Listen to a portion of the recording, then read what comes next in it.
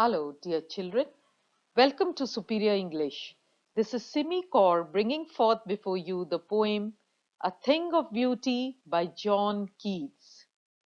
John Keats, 1795 to 1821, was a British romantic poet. Although trained to be a surgeon, Keats decided to devote himself wholly to poetry.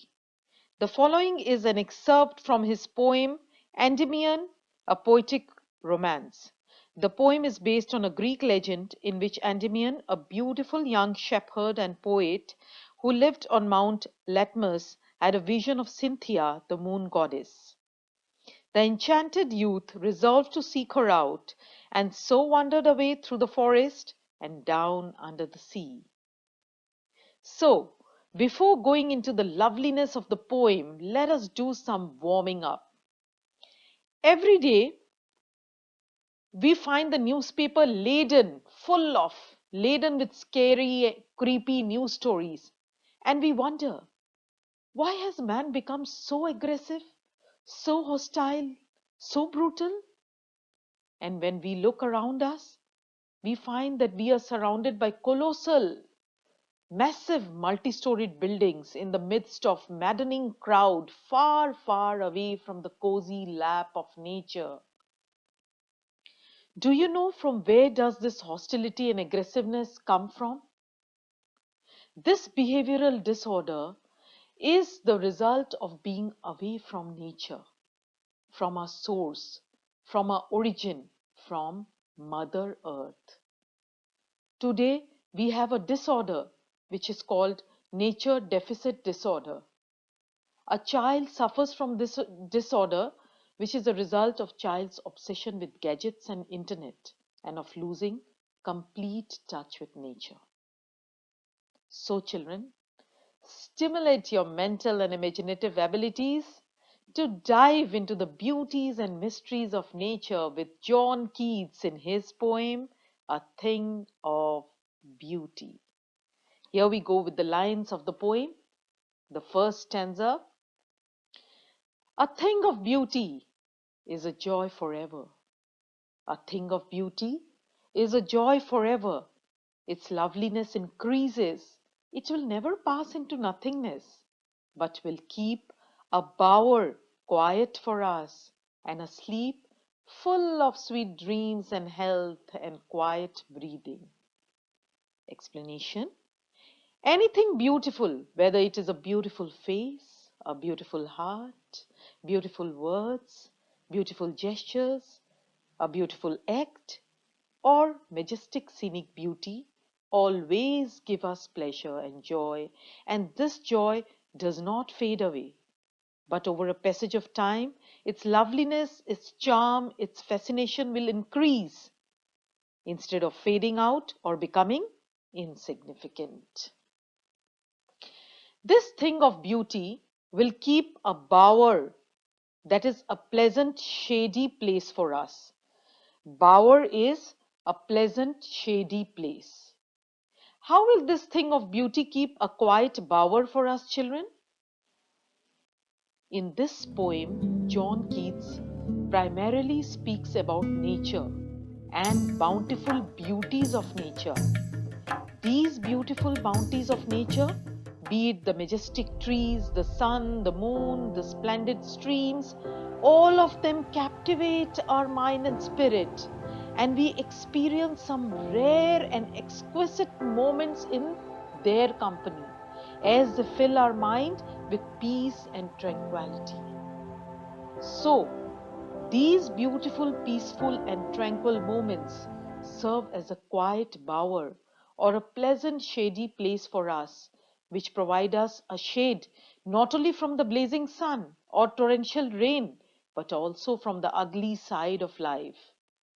They are a retreat from sadness and misery, as these moments fill our mind and heart with peace and joy, uplift our spirit, bestow on us good health, peaceful sleep of sweet dreams, and make our life free from anxiety and stress. Please focus on the word quiet breathing, children. When do we experience quiet breathing? when we are calm and restful. So this bower will ensure that we are at peace and away from the ugliness of life. For a baby or a small child, the mother's lap is the bower. When he grows up and faces the insecurities of the world, then the kind words and moral support of his family becomes his bower or pleasant shady place from where he derives peace and security. But John Keats feels that moments spent in the cozy lap of nature and natural beauty provides a bower for us where we experience good mental and physical health. Second stanza. Therefore, on every morrow, are we wreathing a flowery band to bind us to the earth? Explanation. These lines are rich with imagery, imagination, depth, and meaning. The flowery band is just a symbol through which the poet wants to remind us of our duties towards nature and natural world. Wreathing or making a flowery band means contributing towards the environment and connecting with Mother Earth. Since the impact of nature in our lives is so profound, therefore, on every morrow, that is, every morning, are we connecting ourselves intensely with nature? Are we making an attempt to preserve and respect nature and its bounties? Are we enjoying and cherishing its beauty and grandeur? And finally, are we gathering memories which will strengthen our bond with Mother Earth? As it is aptly, rightly said, from dust thou art, to dust returneth. So the poet is asking us that if nature is giving us a ready wealth of good health and happiness, nourishing and healing us, are we wreathing, that is adorning, decorating a flowery band to bind us to the earth? The poet urges us to take steps to strengthen our bond with the cosmos, with the nature, with Mother Earth.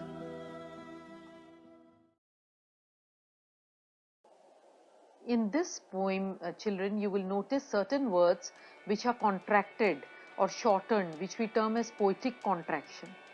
The first word is spite, which is the shortened form of in spite. Refer to the 8th line of the poem. Spite of despondence of the inhuman dearth. The second word is o'er, the poetic contraction of over. Refer to the 10th line of the poem. Of all the unhealthy and o'er-darkened ways. The third word is gainst. The complete word is against. Refer to the 17th line of the poem, children. That for themselves a cooling covert make gainst the hot season. Now we come to the third stanza, which runs like this. Spite of despondence of the inhuman dearth, of noble natures of the gloomy days, of all the unhealthy and o'er-darkened ways made for our searching, yes, in spite of all, some shape of beauty moves away the pall from our dark spirits, such the sun, the moon, trees old and young, sprouting a shady boon, for simple sheep and such are daffodils, with the green world they live in. Explanation. The poet John Keats brings into light the fact that in spite of all the hopelessness, dejection and despair, dearth of good noble people, in spite of the sinful and derogatory ways of mankind, the mere sight of a beautiful thing uplifts our spirit, removes the gloominess, and gives us immense joy. Such a thing of beauty could be the celestial sun and the moon, trees old and young, bestowing shade to the sheep, It could be the incredible daffodils in this soothing green world. Stanza 4. And clear rills that for themselves a cooling covert make 'gainst the hot season, the mid-forest brake, rich with a sprinkling of fair musk rose blooms. Explanation. For every sorrow there is a joy. In nature too we have a remedy for every malady. For the harsh summers we have the enchanting streams which give us fresh cool water and nourish the earth. Then we have the brake or thick mass of ferns under which bloom fair musk roses which fascinate us. Fifth stanza. And such too is the grandeur of the dooms we have imagined for the mighty dead. Explanation. Beauty and grandeur is also associated with the destiny and death of the noble, valiant and mighty people because of the honorable and selfless life they lived, their noble deeds and the rich legacy they left behind. Sixth or the last stanza. All lovely tales that we have heard or read, an endless fountain of immortal drink, pouring unto us from the heavens' brink. Explanation. Hearing or reading such inspiring stories of these brave and noble men is like drinking an endless fountain of nectar or heavenly drink which is pouring from the heavens above, which means there is so much of pleasure in knowing or learning about these brave men and their extraordinary lives. What the poet wants to say is that a thing of beauty is not only associated with material or tangible objects, it can be also abstract or metaphysical.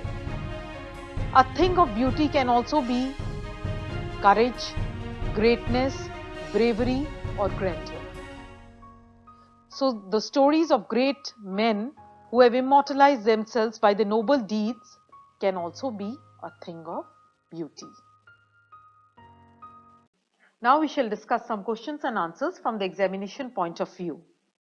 For simple sheep and such are daffodils, with the green world they live in, and clear rills that for themselves a cooling covert make, 'gainst the hot season, the mid-forest brake, rich with a sprinkling of fair musk rose blooms, and such too is the grandeur of the dooms we have imagined for the mighty dead, all lovely tales that we have heard or read, an endless fountain of immortal drink.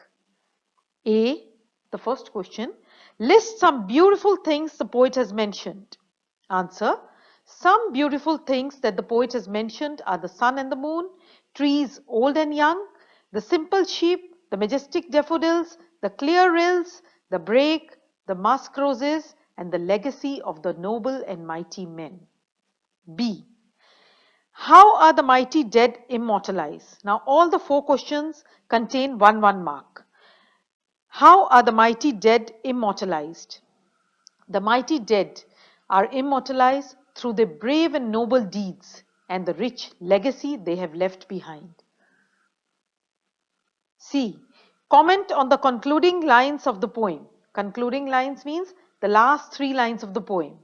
The last 3 lines which state, all lovely tales that we have heard or read, an endless fountain of immortal drink pouring unto us from the heavens' brink.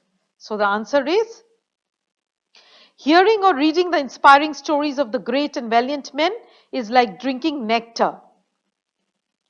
These marvelous stories can also be a thing of beauty as they enliven our mood. D. How do the beautiful things give joy to us? Or what does a thing of beauty do for us? Answer. We experience some rare and exquisite moments in the company of these things of beauty, which serve as a bower for us and give us good physical and mental health. Then we come to question number 2. Spite of despondence of the inhuman dearth of noble natures of the gloomy days, of all the unhealthy and o'er-darkened ways made for our searching, yes, in spite of all, some shape of beauty moves away the pall from our dark spirits? A. Here, all the three questions contain 1 mark. Name the poem and the poet. The poem is A Thing of Beauty and the poet is John Keats. B. Why are we despondent? Despondent means miserable, dejected, disheartened. So, why are we despondent? Answer. We are despondent because of the dearth of good people and derogatory ways of mankind. C. What removes the pall from our dark spirits? Some shape of beauty, be it the beautiful objects of nature, that is the sun, the moon, trees, rills or daffodils, or the inspiring stories of the great men, move away the gloom from our lives. Pall means gloom. This brings us to the end of the session, children. Hope the concept of beauty has become clear to you. So the next time you happen to go to a hill station and come across majestic natural beauty, don't just start clicking pictures to upload it on social media, but let the beauty, peace and serenity of nature sink inside you and immerse yourself in its profound pleasure.